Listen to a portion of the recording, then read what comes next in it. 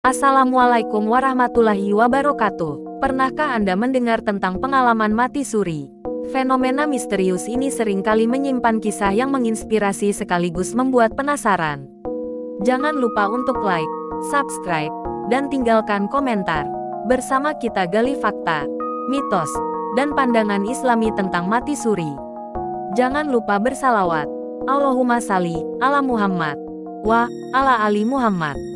Mati suri atau Near-Death Experience (NDE) adalah fenomena yang telah menarik perhatian dunia medis dan ilmiah selama bertahun-tahun.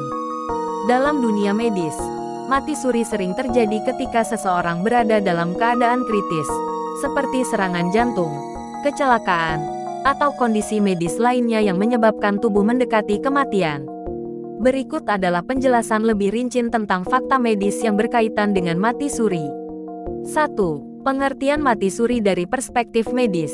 Dalam terminologi medis, mati suri adalah keadaan di mana fungsi tubuh terutama fungsi otak, jantung, dan paru-paru berhenti bekerja atau melemah drastis untuk sementara waktu.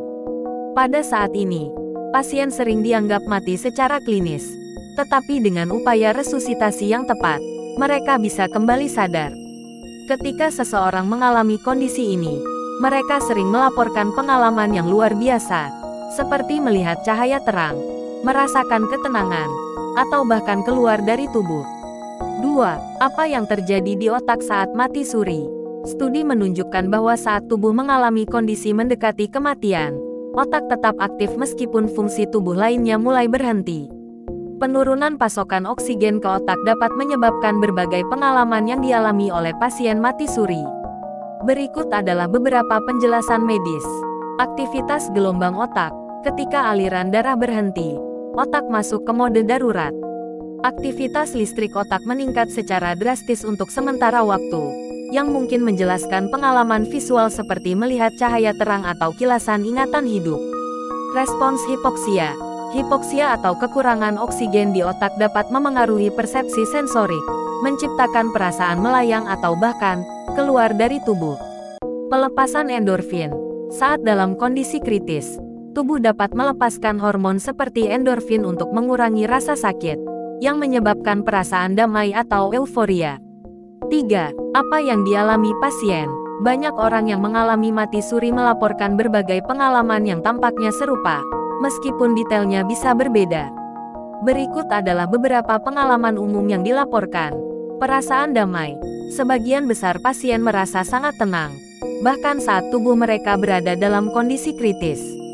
Sensasi melayang atau keluar dari tubuh. Pasien sering merasa seperti melihat tubuh mereka dari atas, seolah-olah jiwa mereka terpisah. Melihat cahaya atau lorong. Ini adalah pengalaman yang paling sering dilaporkan. Pasien menggambarkan melihat cahaya terang yang membawa rasa aman dan damai.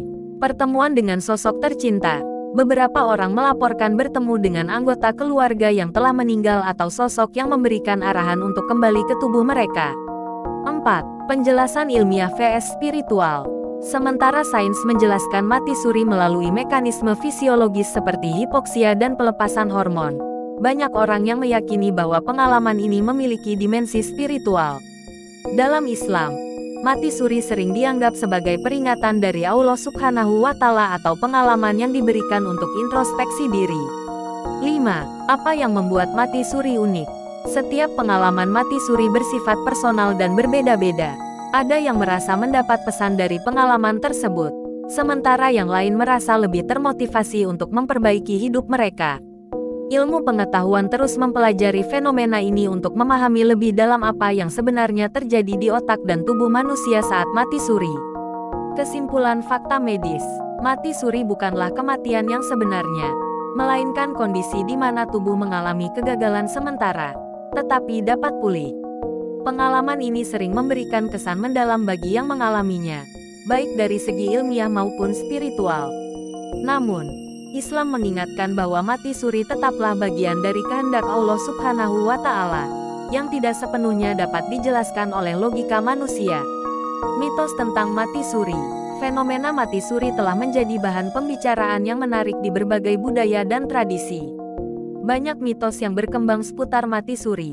baik karena kurangnya pemahaman medis maupun pengaruh cerita-cerita mistis yang diwariskan turun-temurun. Dalam segmen ini, kita akan membahas beberapa mitos populer tentang mati suri, mencoba memisahkan fakta dari fiksi, dan melihat pandangan Islam mengenai hal tersebut. 1. Mitos 1. Mati suri adalah kematian sebenarnya. Salah satu mitos terbesar tentang mati suri adalah anggapan bahwa seseorang yang mengalaminya benar-benar telah mati dan kembali hidup. Padahal, secara medis, mati suri bukanlah kematian yang sesungguhnya. Ketika seseorang dinyatakan mati suri, fungsi tubuhnya seperti detak jantung dan pernapasan berhenti sementara, tetapi masih memungkinkan untuk dipulihkan melalui resusitasi.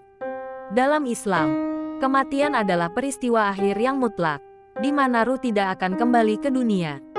Firman Allah dalam Quran Surat Al-An'am 60 menyebutkan, "Dialah yang mencabut nyawa kalian di malam hari," menegaskan bahwa kematian berada sepenuhnya di tangan Allah.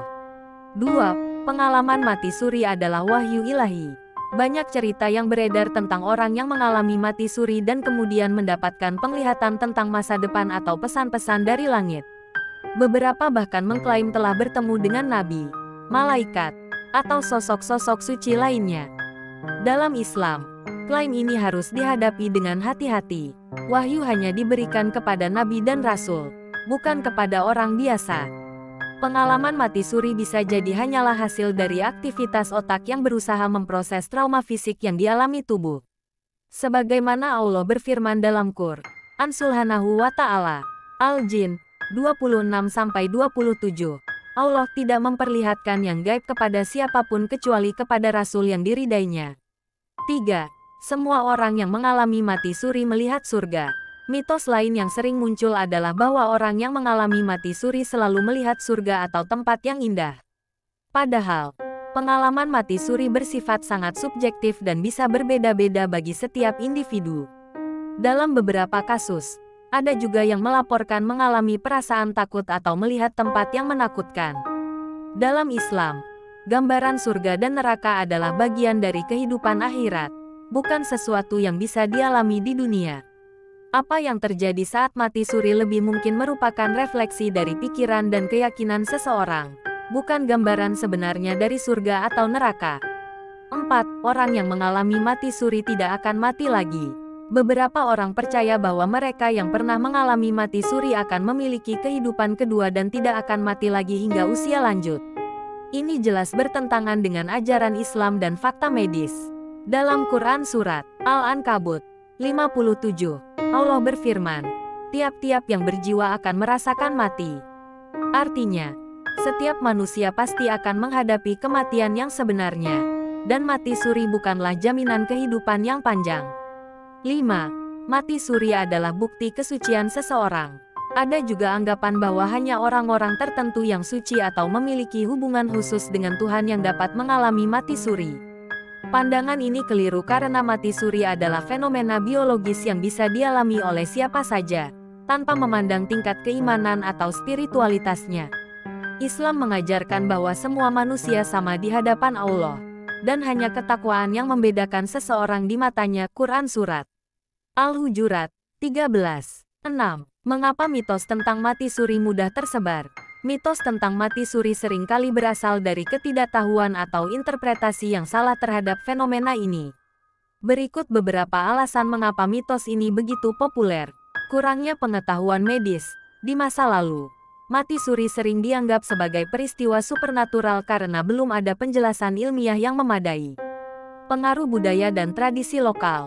Beberapa budaya memiliki cerita mistis yang memperkuat pandangan bahwa mati suri adalah pengalaman spiritual. Keinginan untuk menemukan makna. Orang sering mencari makna lebih dalam dari pengalaman mati suri, sehingga cenderung mempercayai interpretasi yang lebih ajaib dibandingkan fakta medis. 7. Perspektif Islam. Menghindari berlebihan dalam mempercayai mitos. Dalam Islam, kita diajarkan untuk berhati-hati terhadap cerita-cerita yang tidak memiliki dasar yang jelas. Nabi Muhammad SAW bersabda, "Cukuplah seseorang disebut pendusta jika dia menceritakan semua yang dia dengar." Hadis riwayat Muslim. Pengalaman mati suri tidak seharusnya dijadikan dasar untuk membuat klaim-klaim yang melampaui batas kebenaran. Sebaliknya, fenomena ini dapat dijadikan pengingat bahwa hidup di dunia ini hanyalah sementara. Mitos-mitos tentang mati suri seringkali lebih didasarkan pada imajinasi dan keinginan untuk memahami sesuatu yang misterius daripada fakta.